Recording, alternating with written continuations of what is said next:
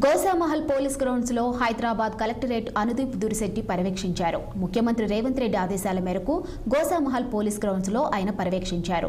Bike పై grounds పరిసరాలు తిరిగి hospital entry, exit gates, greenery, ventilation, connectivity రోడ్ల అంశాలపై మున్సిపల్ అధికారులతో చర్చించారు.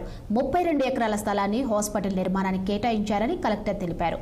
ఇక నూతనంగా నిర్మించనున్న ఈ హాస్పిటల్ హైదరాబాద్ కు మాత్రమే కాకుండా రాష్ట్ర వ్యాప్తంగా వచ్చే రోగుల కోసం అన్ని సౌకర్యాలతో హార్ట్ ఆఫ్ ది స్టేట్ గా నిర్మించాలన్నదే ముఖ్యమంత్రి ఆలోచనని అన్నారు. ఇక ఇక్కడ ఉన్న పోలీస్ గ్రౌండ్స్ ను పేట్ల బూర్జులోని పీటీఓ, ఎంటీఓ స్థలంలోకి మారుస్తున్నామన్నారు. ఇక్కడ ఉన్న స్టేడియం, ట్రైనింగ్ ఇన్స్టిట్యూట్ తదితర వసతులు అన్ని మరింత మెరుగ్గా అక్కడ నిర్మిస్తామన్నారు. గౌరవ రాష్ట్ర ముఖ్యమంత్రి వర్యుల ఆదేశాల మేరకు ఇవాళ గోషామహల్ స్టేడియం ఇన్స్పెక్షన్ చేయడం జరుగుతూ ఉన్నది.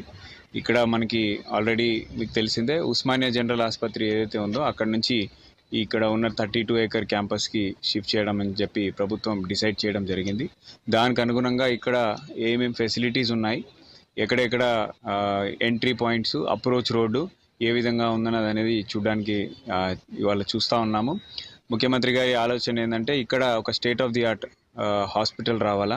ఇది ఓన్లీ ఇక్కడ మన హైదరాబాద్కే కాకుండా రాష్ట్రం నలుమూల నుంచి పేషెంట్స్ వస్తారు కాబట్టి వాళ్ళకి ఎక్కడ కూడా ఇబ్బంది కలగకుండా అన్ని రకాల వెసులుబాటుతో పాటు మంచి ఓపెన్ ఎయిర్, వెంటిలేషను, గ్రీనరీతో పాటు ఒక కార్పొరేట్ కన్నా కూడా మంచి ప్లేస్, హాస్పిటల్ లాగా కాకుండా ఒక మంచి ప్లేస్ లాగా చేయడానికి ఇక్కడ రావడం జరుగుతూ ఉన్నది.